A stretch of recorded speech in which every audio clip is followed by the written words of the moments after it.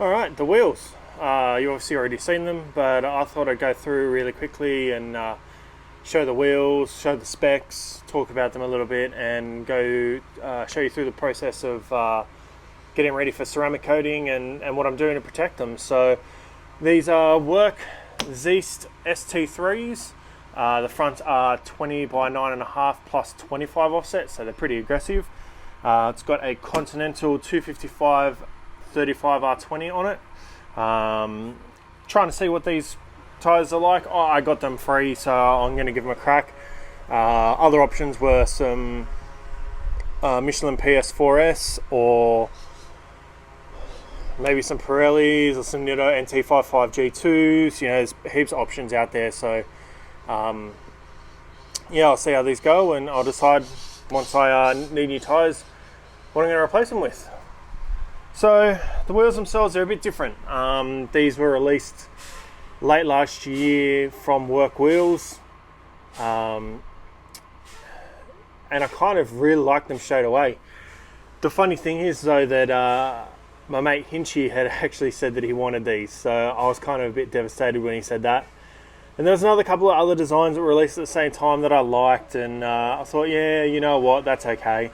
And then he ended up changing his mind and going with something different. So I was really happy, which meant I could get these wheels. Now, they're a polished lip with a transparent grey face. Now, this is like the launch colour, and they come in heaps of other colours. I could have got them in black, could have got them in all chrome or polish. You know, so many different options, but I really, really like these, and I thought they go really well with the green, so I love them. They're obviously a pretty unique design. They are directional, but only one direction, so you know, some people don't like that. It is what it is. I'm not too bothered by it. Surprisingly, I thought I'd really hate it, but no, I'm okay with it. They're a two-piece design. They're not three-piece. They are two-piece, but they do have, you know, your chrome rivets. They're welded on the back. I'll show you some of the welding in a minute when I come and do some close-up shots. But they're a really nice wheel. They're pretty light. They're not as light as, say, the one-piece Koyas I had. But I know they're going to be strong. I know they're going to be durable, and I think the finish is just fantastic. So I really, really like them, and I want to protect them. So I'm ceramic coating these. I've ceramic coated all of my wheels for the last couple of years. It just makes cleaning them so much easier, and the brake dust build up, just, you know, it's so much easier to handle. Like I said, I've put these new Forza pads in the front, so we'll see what they're like on brake dust, but the Ferodos were pretty heavy with the dust, so it just made cleaning them like a hell of a lot easier. So these are coated. I'm going to go through that process really quickly just to show you and what I used. There's plenty of different coatings available on the market. There's specific wheel coatings that are available. G-Technic, I think it's G5 for wheels. You know, they're all great. I just figure, you know, why buy 1,000 products when the same product can do multiple things? Keeps things kind of simple. So I'm actually using some leftover stuff that I used on my brown wrap. So it's kind of, you know, 2 years old now, so it's probably not the best. So I do need to layer it up pretty heavily. It's Sea Quartz UK, I think it is, or 110. But yeah, it holds up really well. I could probably use the halo, the same stuff I used on the wrap. I don't think it's going to really have any issues, but you know, while I've got this, I may as well just finish the bottle off while I've still got a little bit left. So I'll go through, I'll take you through the prep and getting the wheels clean and ceramic coating them, and I'll show you the back wheels as well, just a little bit later, and the specs with those.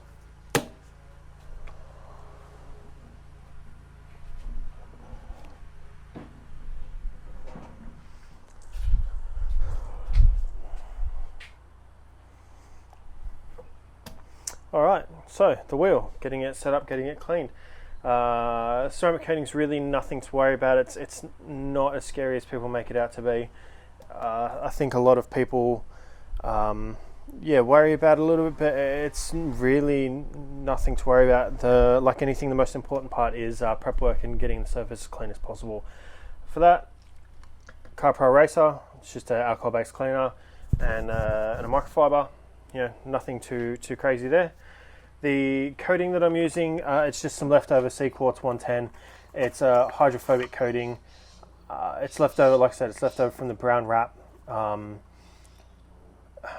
be honest, it's probably past its use by date. It's probably no longer any good, but it still does the job. All I'm doing is I'm just layering it on. I'm just putting heaps on, letting it dry, and then I'm wiping the excess off with the microfiber applicator. Just a little foam applicator pad, nothing special there. And they do recommend that you use gloves when applying it. The tire, it's denibbed. I went through and cutting the little nib things that are off, so none of them are left there anymore. And I'll have to clean that right down and get it ready for the tire coating, tire dressing. For that, I use Carpro Pearl diluted 1:1. You can use it straight up, but I feel it's a little bit glossy for me, whereas 1:1 leaves it with a nice matte finish. So yeah, I guess it's time to get started.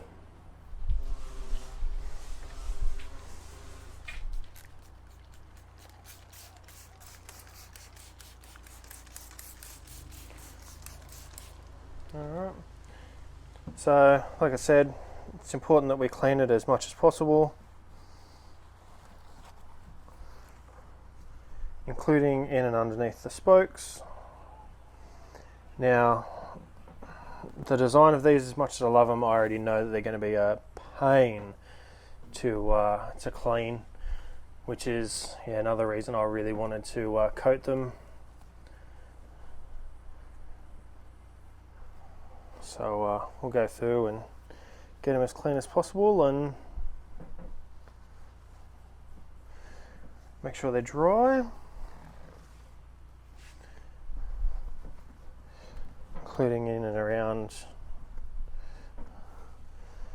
the lug holes.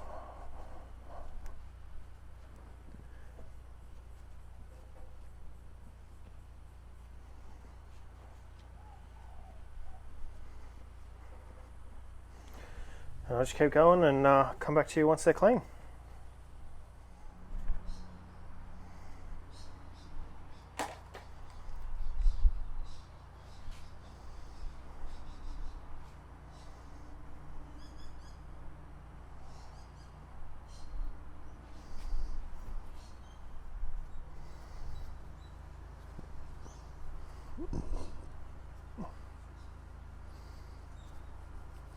So it's important that you work kind of smart with this. Do the face first or the barrel first, or choose whichever way you're going to do it, and work on a certain area. So the idea being that you cover every surface.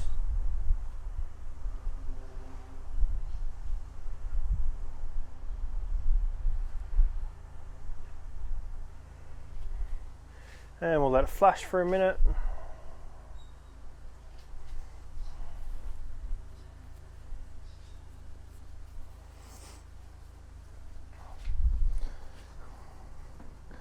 And then we're just wiping off any excess.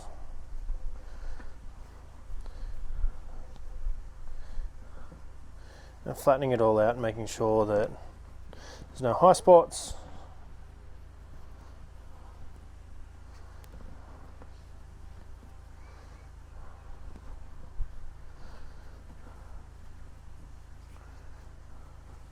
And they're good to go.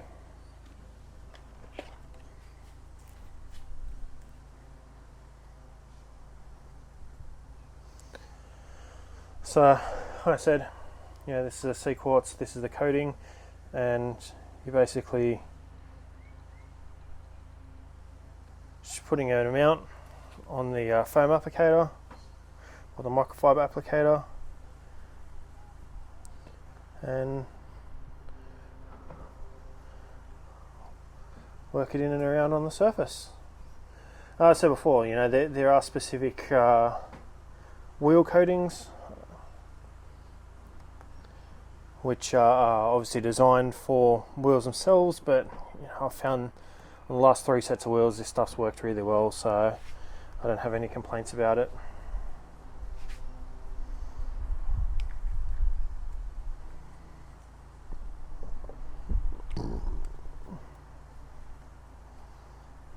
Again, wait for it to flash, and then we can just go around.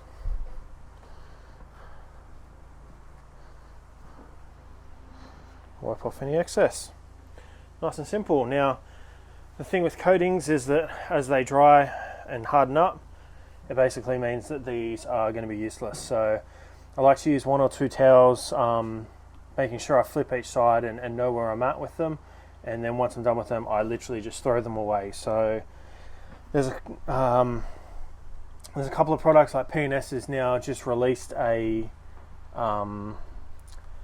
product called Rags to Riches in conjunction with the Rag Company. It's not out in Australia yet, so I'm waiting to get my hands on some.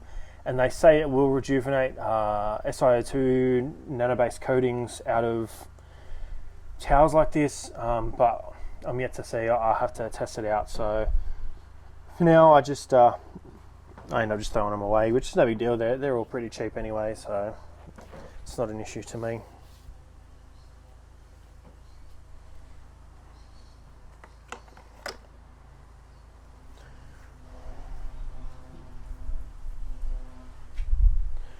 So the tyres, like I said, need to give them a good wipe. You can use, I just use a eraser, but you can use, anything really. Tarminator I think is really good. Tar-X. There's those rubber and trim cleaners, all of that. They all work relatively well, so it's just a matter of cleaning it. And the tyre looked clean, but you can already see how much crap's come out of it, so give that a wipe. And then I need to get an applicator and my dressing, and we can coat the tyres. So for the tyre dressing, Carpro Pearl, it's a water-based coating. It's great for plastics and engine rubber, all that kind of stuff. I dilute it 1-to-1 just in a generic spray bottle, and just any foam applicator, microfiber, whatever it might be. Give it a coat, and go around and apply it. Obviously you can spray it onto the tyre if you want, but I've just gone and coated these, so I don't particularly want to do that.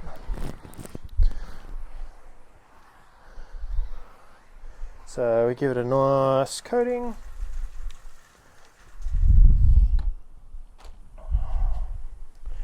I'll let that sit for a minute or so, and then we're just going to go back around and flatten it.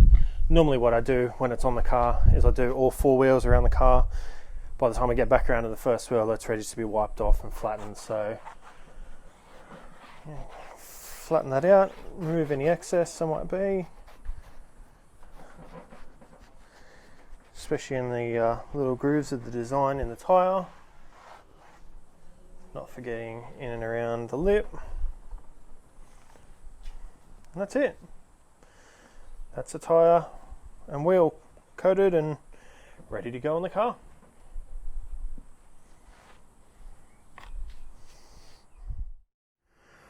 Alright, so the rear wheels, they're already coated, they're clean, they're good to go. So all 4 are done. Back on the car, back on the ground. The car really needs an alignment, so I'll probably go and see Chris Spicer at CS Engineering. He's done the last couple of alignments on this car and they've all been fantastic. So I was waiting until I did the coilovers in the front, but I'm still waiting on these strut top mounts, so who knows how long they're going to be. I'll have to hit PSR up again and just see if they've got an ETA on those, because there's not really much point in doing an alignment if I don't have the coilovers in, but I can't keep driving it the way it is. It pulls way too bad, so I'll have a chat to him and see what he says anyway. But the rear wheels, They're a 20 by 10.5 plus 35 offset. Again, same finish. You know, the trans grey. I think they're great. They're less aggressive than my old wheels. So if you remember my last set of wheels, they were black, and then I had them powder coated by Low Fab it was actually a custom satin silver look, which I really liked. But they were 20 by 11 plus 15, which super aggressive. Just yeah, we're never going to fit properly. So sold those, and I think maybe 2 weeks later I ordered these. So these were a 4.5 months wait to get these in. So I was just running around in my stockies while I was waiting for them. But they are less aggressive, but yeah, I think they still fit, you know, really well. It's a 275/30 Kumo tire. Always run these tires. They're fantastic. They you know, I go through a set of tires once a year, so going and spending $400 on each tire, you know, I don't really see the sense in that. But $200 a tire, I'm okay with, because they still offer, you know, good decent grip, but you know, is what it is. But yeah, they I really like them. They I would have liked more concave. I would have liked more dish, but you know, you can only get so much out of them on a Commodore, on a stock body, without going too far or too aggressive. Would I have liked, you know, 5.25 inches of dish like my last wheels? Yeah, absolutely. But you know, we can't all have that. Fitment, you know, they work really well. I have to dial out a bit of camber in the rear, but so far they're doing pretty well. Airing out, they're not scratching, so we're pretty clear there. So that's nice. The tire stretch, yeah, it's 275 on a 10.5. So yeah, we're doing okay. The front's the 255. I like the look, but compared to the back, they are still more bubbly, I guess you'd call it. So I might end up going back down to a 245/35 on the front and try and match the tyre profile a little bit better. But other than that, those are the wheels. So they're pretty good. I kind of like them. I'd want to for the money I spent on them, but yeah, the details are really, really cool on these. You know, even down to having work logos in the studs, and the specs are actually laser engraved on the inside barrel. So yeah, I really, really like them. And I think I'm going to stick with these for a little while. Although having said that, someone offers me the right money, they might go anyway. So you know, we'll see. But for now, I think I'll leave it with you, and I'll see you on the next one.